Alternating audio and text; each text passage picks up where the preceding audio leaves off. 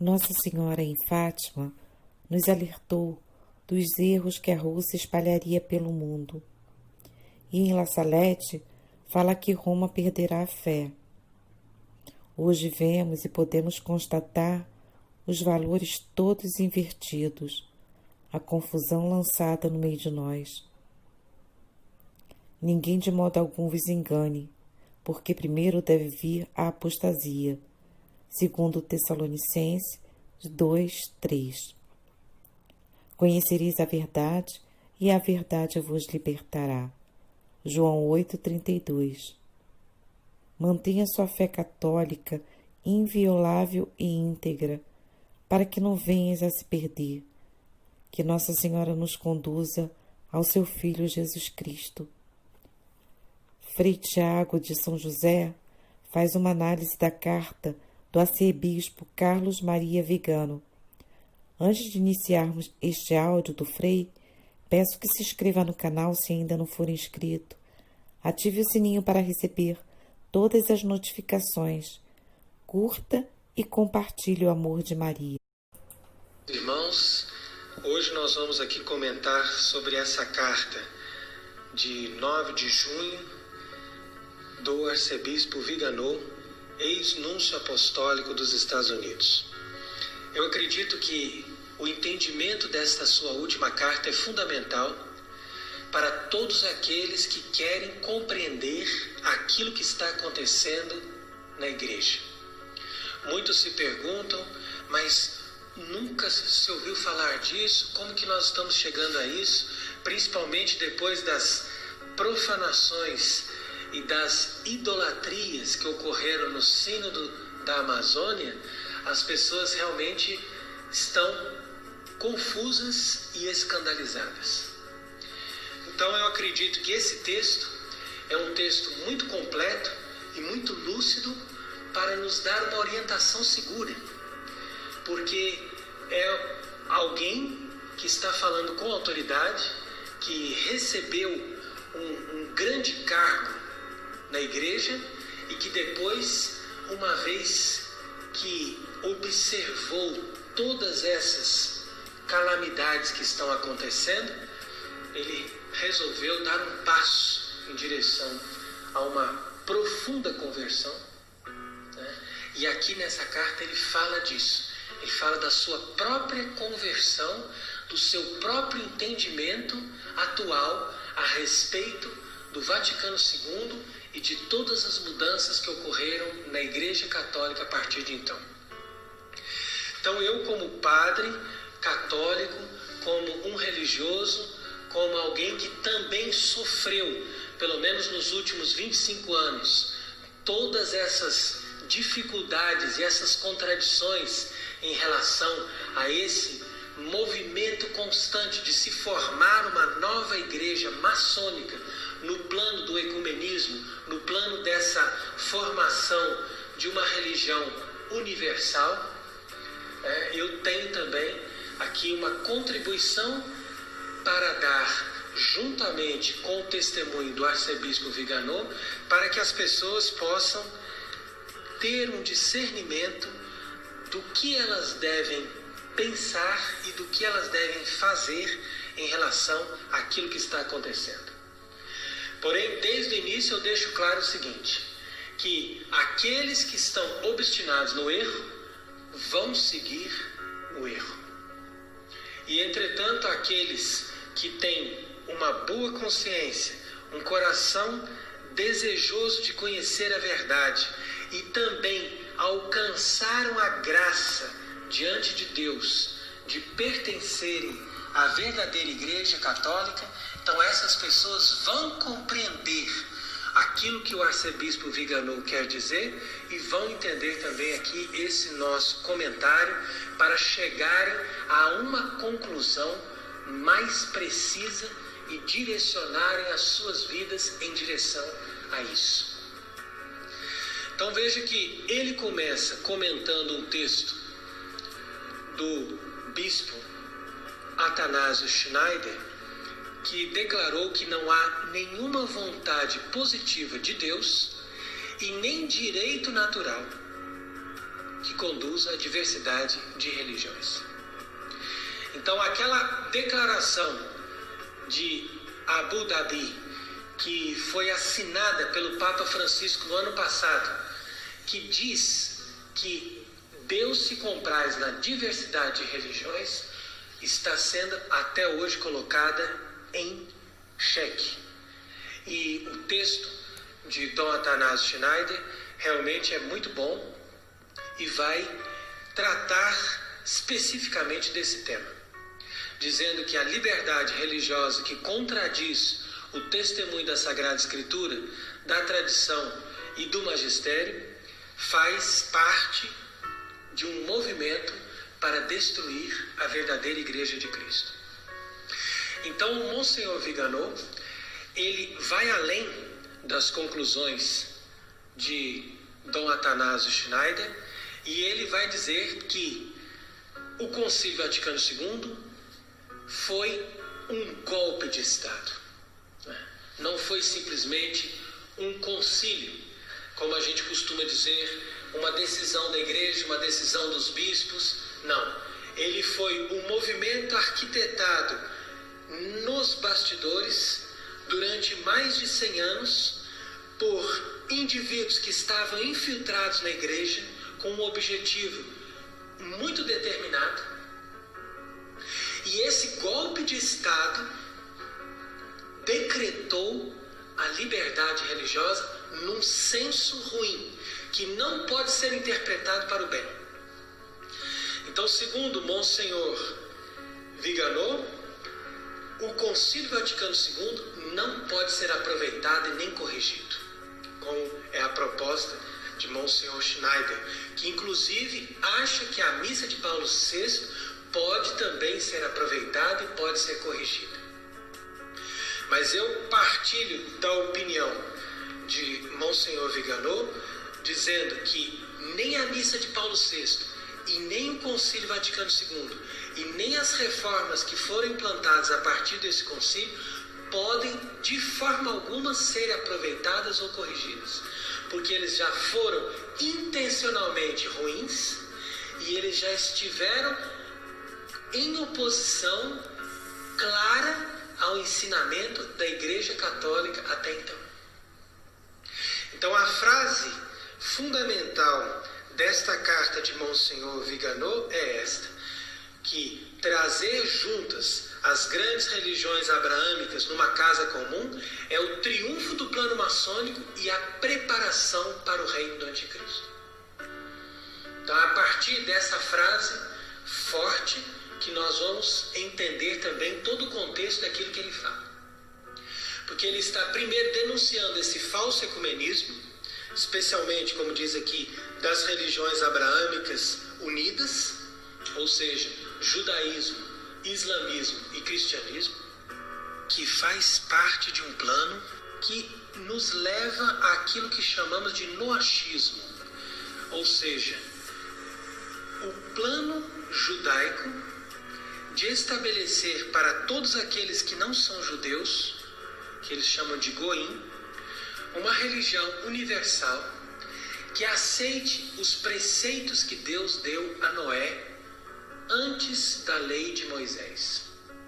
Então, todos os povos aceitando esta religião universal, eles podem ter qualquer tipo de devoção, eles podem continuar sendo budistas, os católicos podem continuar comungando, indo na missa, os protestantes fazendo o seu culto e as outras religiões vivendo como quiserem.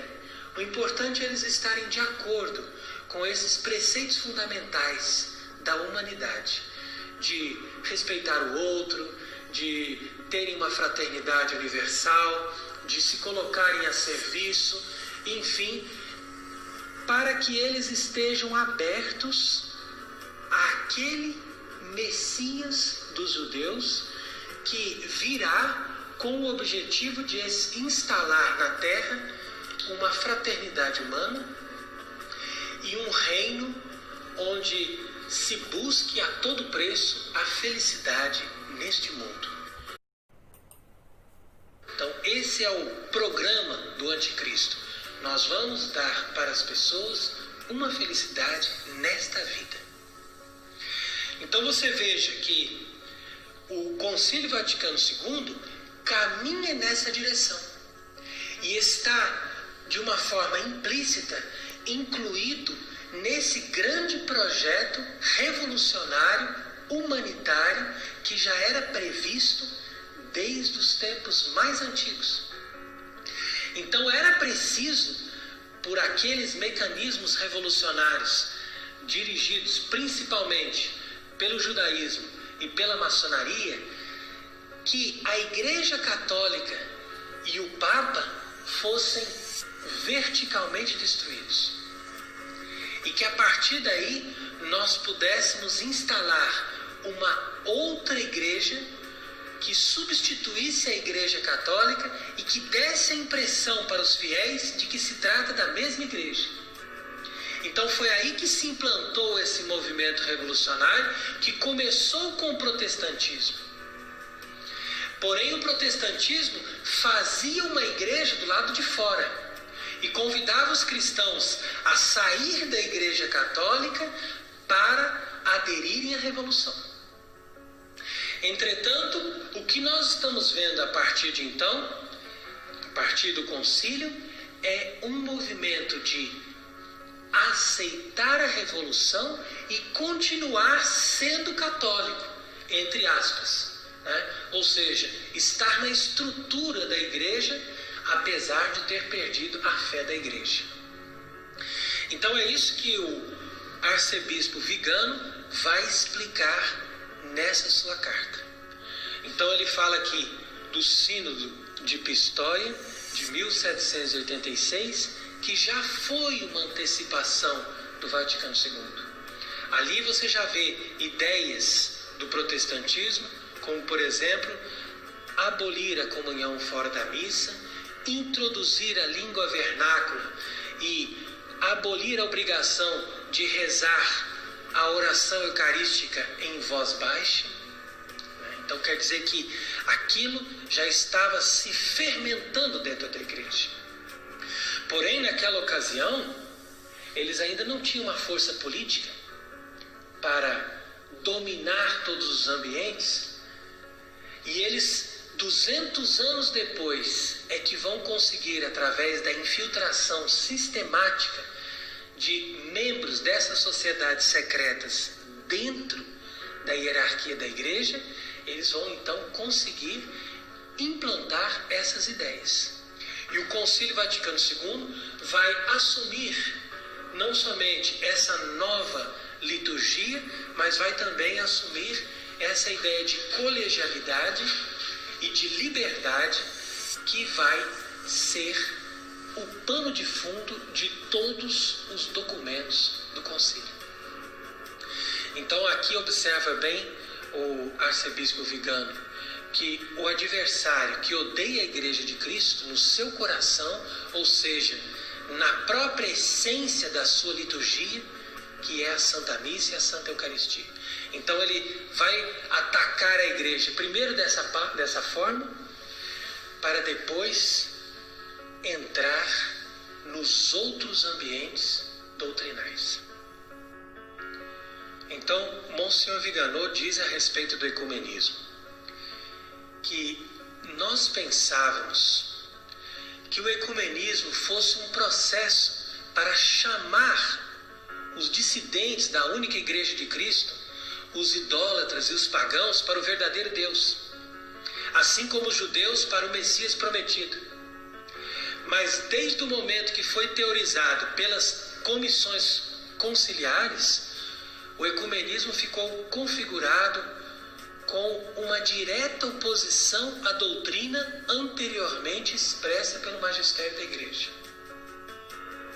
Numerosos católicos praticantes, e mesmo talvez a maioria do clero católico, estão hoje convencidos de que a fé católica não é mais necessária para a salvação. Então é assim, de fato isso aqui é a pura verdade.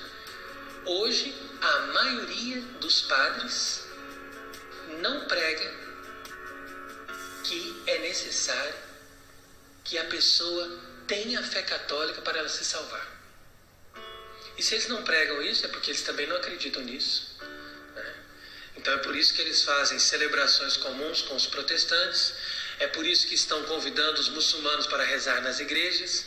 Então, o que desejam, pela instigação, diz aqui Monsenhor Viganò, da própria maçonaria, com seus tentáculos infernais, é criar essa religião universal, ecumênica e humanitária, como nós estávamos dizendo, da qual o Deus ciumento, o Deus verdadeiro, que nós adoramos, será completamente banido. Então, o plano globalista desta Torre de Babel gigantesca que nós estamos formando hoje é cancelar a antiga Igreja Católica para substituí-la por uma confederação de idólatras e heréticos unidos pela ecologia e a fraternidade universal. Então isso aqui vai ser a formação desse noachismo, ou seja, dessa religião única que comporta diversos tipos de cultos, diversos tipos de credos, mas que tem alguns preceitos fundamentais em comum, que ninguém pode ir contra. E com certeza, um dos preceitos é que você não pode, de forma alguma, criticar a religião do outro.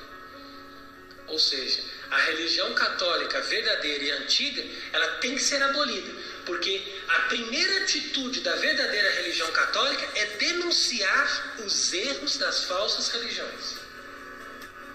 Então isso tem que acabar.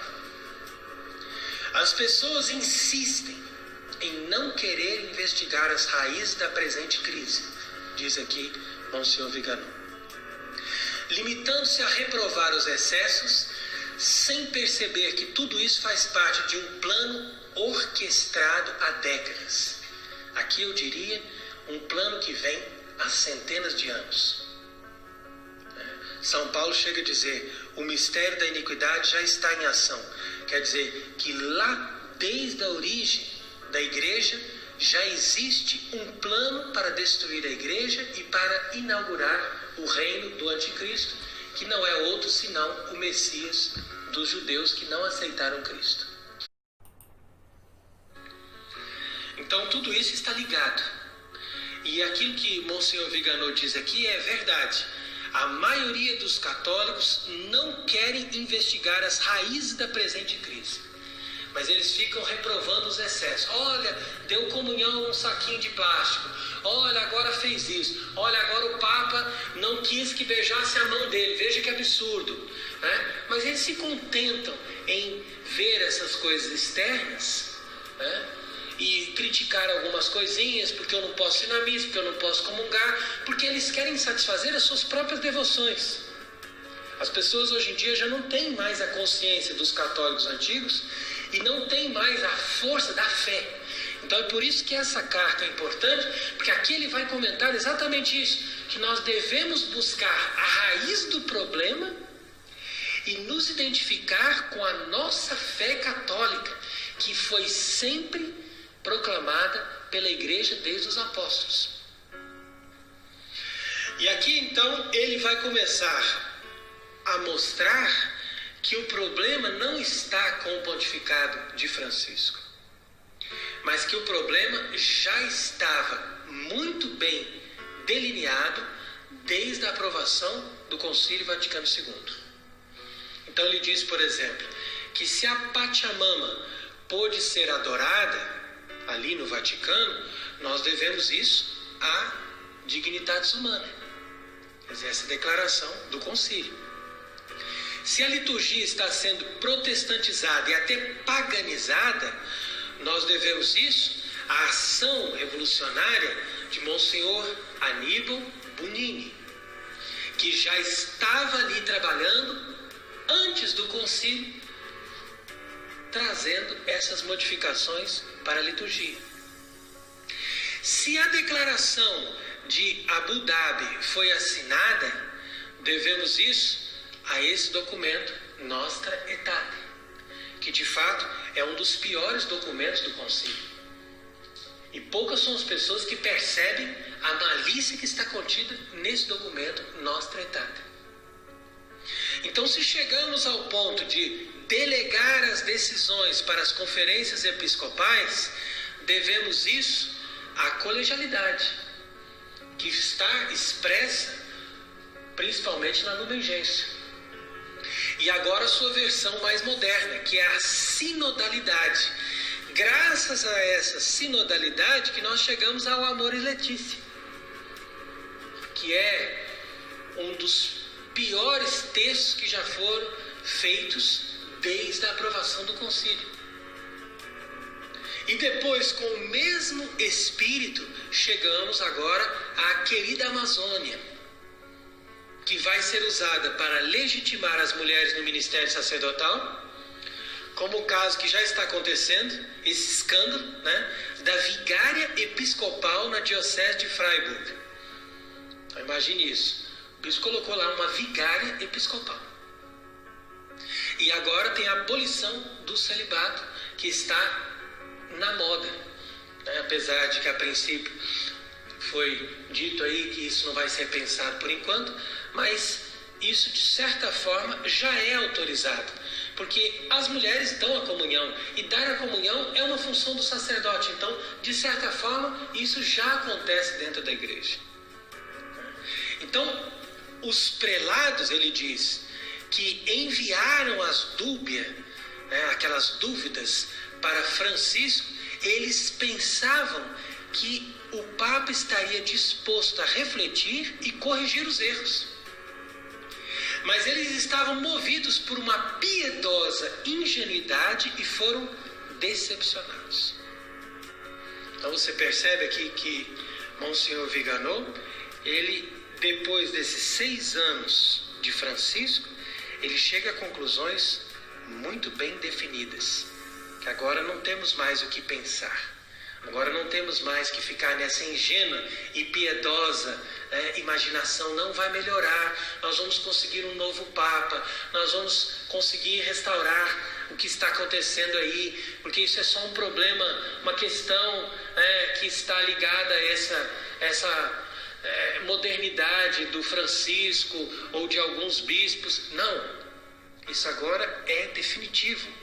A igreja entrou nessa apostasia de uma forma definitiva. E ele diz aqui, eu confesso com serenidade, sem controvérsia, eu era um daqueles muitos que, apesar de tantas perplexidades e medos, acreditava na autoridade da hierarquia e na obediência incondicional. Então você veja que coisa impressionante ele dizer isso, que ele era alguém que dizia, não, vamos obedecer, e Deus sabe o que vai fazer, Deus sabe por que está permitido isso, afinal de contas é o Papa que está ali, é o sucessor de Pedro, é o vigário de Cristo. Então a gente acredita na autoridade da hierarquia, e a gente acha que simplesmente obedecendo a gente faz a vontade de Deus. Mas agora chegamos num ponto em que isso é colocado em xeque. Veja o que ele continua dizendo. De fato, eu acho que muitas pessoas, incluindo eu mesmo, não consideravam a princípio a possibilidade de que pudesse haver um conflito entre a obediência a uma ordem da hierarquia e a fidelidade à própria igreja. E, entretanto, nesse recente pontificado, chegamos a essa antinatural, e eu diria mesmo, nessa perversa separação entre a hierarquia e a igreja. Então essa frase é bombástica, porque ele vai dizer uma coisa que nós normalmente nunca pensamos, que existe uma separação atual entre a igreja ficou de um lado, e a hierarquia está do outro lado. E quem quiser ser obediente e fiel à igreja, deve necessariamente ser desobediente e contrário a essa hierarquia. É isso que ele está dizendo aqui, com todas as letras. Então isso é algo impressionante, porque se nós formos analisar toda a crise dos bispos, dos padres e mesmo dos fiéis que houve desde o concílio, essa foi a questão fundamental. Você veja que já existia um forte movimento de liberalismo e de revolução dentro da hierarquia da igreja desde os primórdios da Revolução Francesa. Mas aquilo foi crescendo de uma forma gradual até que nós atingimos esse poder que eles alcançaram de colocar um Papa revolucionário ali no trono de Pedro, que foi o caso de João 23.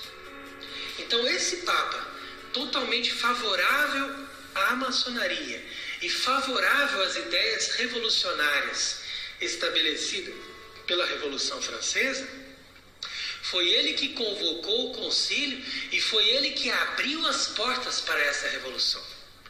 E abriu as portas também para um outro Papa revolucionário, que foi Paulo VI. E nesse contexto do concílio, houve muitos bispos que entraram em profunda crise de obediência e de consciência. Entre eles estava Dom José Maurício da Rocha, bispo de Bragança Paulista, que frequentou apenas a primeira sessão do concílio. Porque ele tinha aqui também uma certa ingênua confiança na hierarquia, e ele acreditava que o concílio ia condenar o comunismo e ia resolver graves problemas da igreja naquela época.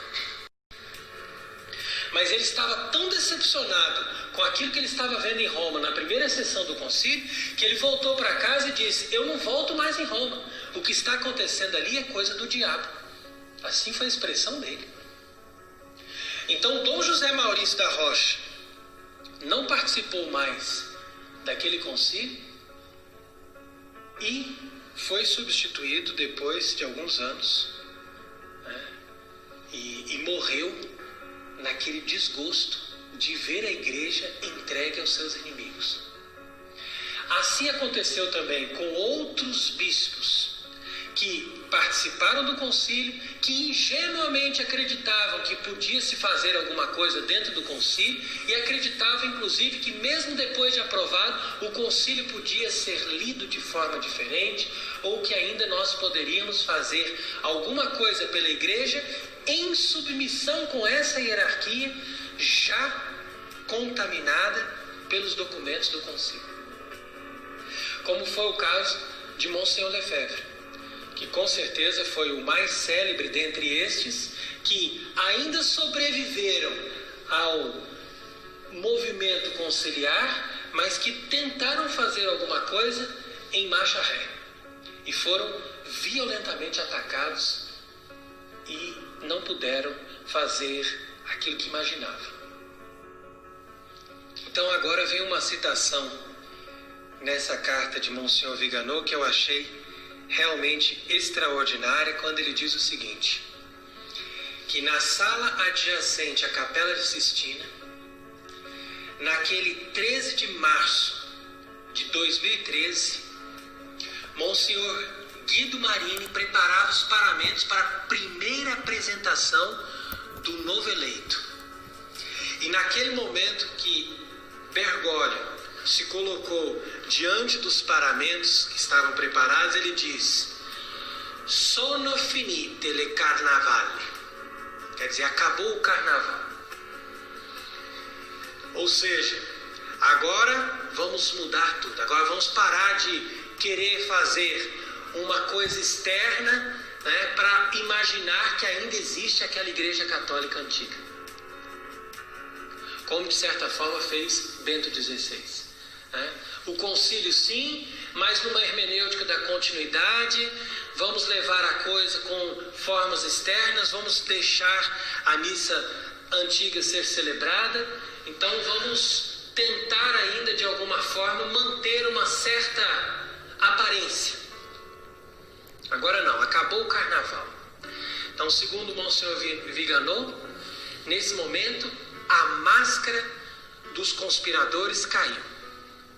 E agora que eles estavam livres da presença inconveniente de Bento XVI, finalmente puderam eleger alguém que estivesse de acordo com as suas ideias para avançar nesse caminho revolucionário, tornando a doutrina maleável, a moral adaptável, a liturgia adulterável e a disciplina dispensável.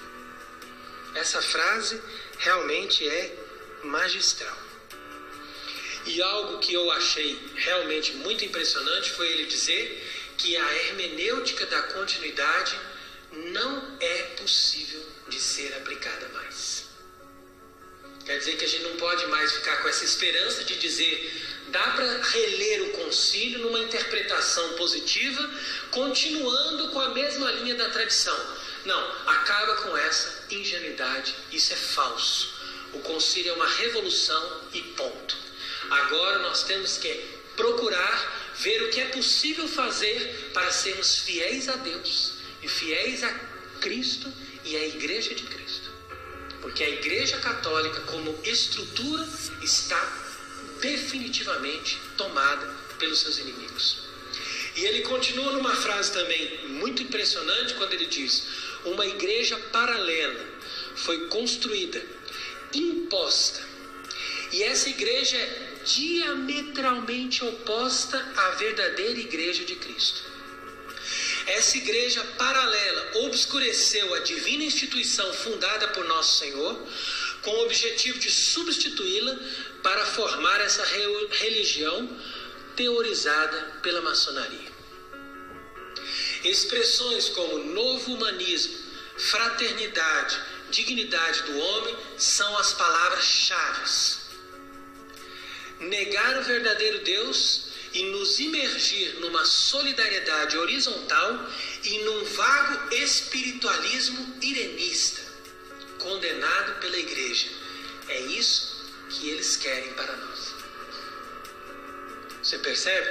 Então ele diz ainda que essa falsa igreja se afasta não somente da forma, mas também da própria substância do catolicismo.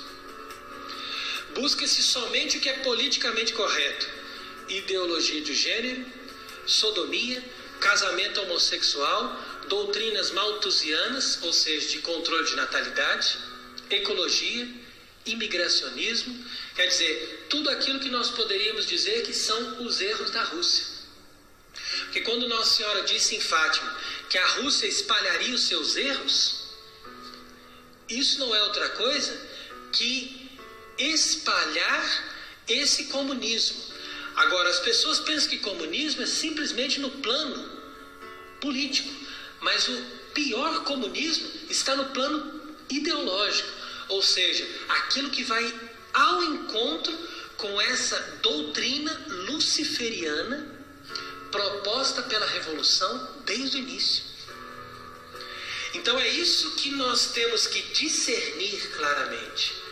E é verdade que muitos estão aí criticando Monsenhor Viganò, dizendo que ele se levanta contra o Papa, que ele é um revoltado, que ele não serve, mas vamos analisar com sinceridade. Esse homem teve uma graça de Deus, porque ele é o primeiro membro da hierarquia que conseguiu realmente ter um cargo tão grande, tão alto, depois da formação da Igreja do Vaticano II, e que está agora tomando consciência nessa lucidez, nessa clareza do que é verdadeiramente a raiz de todos os problemas e de toda a crise que a Igreja está atravessando. Nem Monsenhor Atanásio, nem o Cardeal Burke e nem outros que se levantaram de certa forma para combater essas atrocidades têm a clareza das expressões de Monsenhor Viganò. E isso eu estou falando para aqueles que têm intenção, para aqueles que têm a graça de perceber a verdade. Ora, você só tem uma opção: ou você acredita que a Igreja Católica ela é a única Igreja de Cristo e ela teve até o concílio a graça que Deus deu para iluminar as nações com a luz da verdade, ou você acredita que a igreja é uma coisa humana e que ela pode mudar. E se você acredita que a igreja pode mudar, aí sim você pode acreditar na igreja do Vaticano II, que é com certeza uma igreja que tem as suas devoções, que tem as suas coisas piedosas, que se aproxima muito da igreja católica em muitas coisas, mas não é a própria igreja católica. Ela parece com a igreja anglicana, com outras igrejas protestantes, especialmente as mais conservadoras. Ela tem muitas coisas da igreja católica, inclusive devoções aos santos da igreja católica. E isso leva muitas pessoas a pensar, mas ela não pode ser do mal, porque ela tem todas essas coisas tão boas. Sem dúvida que tem. Mas a raiz da revolução está ali dentro.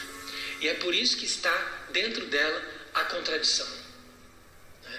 É como diz o Salmo 54. Dentro dela é violência e discórdia, porque ela está na contradição. Então continua Monsenhor Vigano. Esse processo de mudança exige de nós uma grande humildade e o reconhecimento de que durante décadas nós estivemos caídos no erro, mesmo de boa fé, por pessoas que, abusando de sua autoridade, não se preocuparam com o rebanho de Cristo, mas traíram a igreja. Estamos rodeados por mercenários, para quem agradar os inimigos de Cristo é mais importante do que ter fidelidade à esposa de Cristo, que é a igreja católica.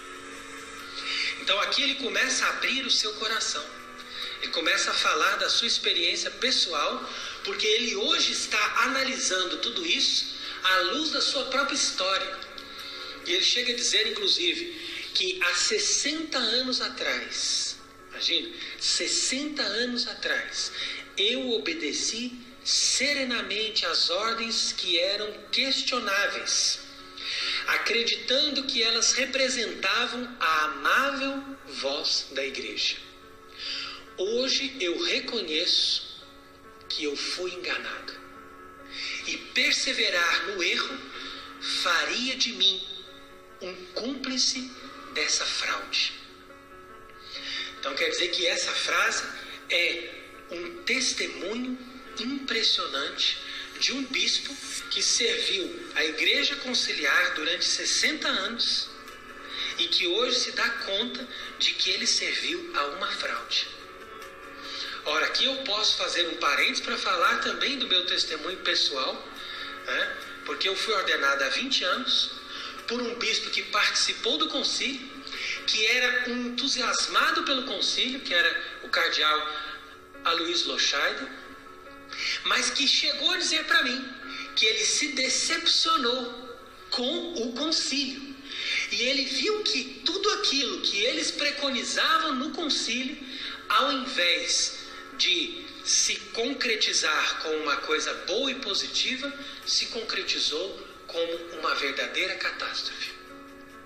Agora veja, se nós estamos falando de bispos que se decepcionaram com o concílio, mesmo tendo sido os protagonistas do concílio, imagine o que representa o concílio para aqueles que são realmente interessados em ser fiéis à verdadeira igreja. Eu mesmo experimentei essa contradição e obedeci serenamente, como diz aqui Monsenhor Vigano, ordens que eram questionáveis, acreditando que eu estava obedecendo à igreja. E quando eu resolvi ter um pouco mais de firmeza e tive um pouco mais de coragem, porque era o Papa Bento XVI que nos dava o direito de celebrar o rito antigo, e eu bati o pé e não quis mais celebrar a missa de Paulo VI, sofri as consequências, sendo expulso pelo bispo de Bragança na época. Isso foi em 2012. E depois nós fomos para o Paraguai e fomos acolhidos por um bispo, que era Monsenhor Livieres, que também acreditava nisso, que nós deveríamos obedecer à igreja, mas tentar sair do buraco que o concílio tinha enfiado à Igreja Católica. E Monsenhor Livieres, com essa sua boa intenção, conseguiu realizar algo imenso na sua diocese, até que ele foi cassado pelo Papa Francisco em 2015. E após esse outro grande trauma, eu tive que me refugiar na Europa como um exilado, porque não posso nem sequer recorrer ao bispo onde eu fui encardinado, que não teve nenhuma capacidade de me escutar ou de me compreender. Eles que falam tanto de humanismo, de compreensão, de diálogo, de respeito. Temos o dragão do tradicionalismo. A direita é violenta, é injusta. Estamos fuzilando o Papa, o Sínodo, o Concílio Vaticano II. Parece que não queremos vida do Concílio Vaticano II, a vida do Evangelho, porque ninguém de nós duvida que esta é a grande razão do Sínodo, do Concílio, deste santuário, a não ser a vida, como eu já falei.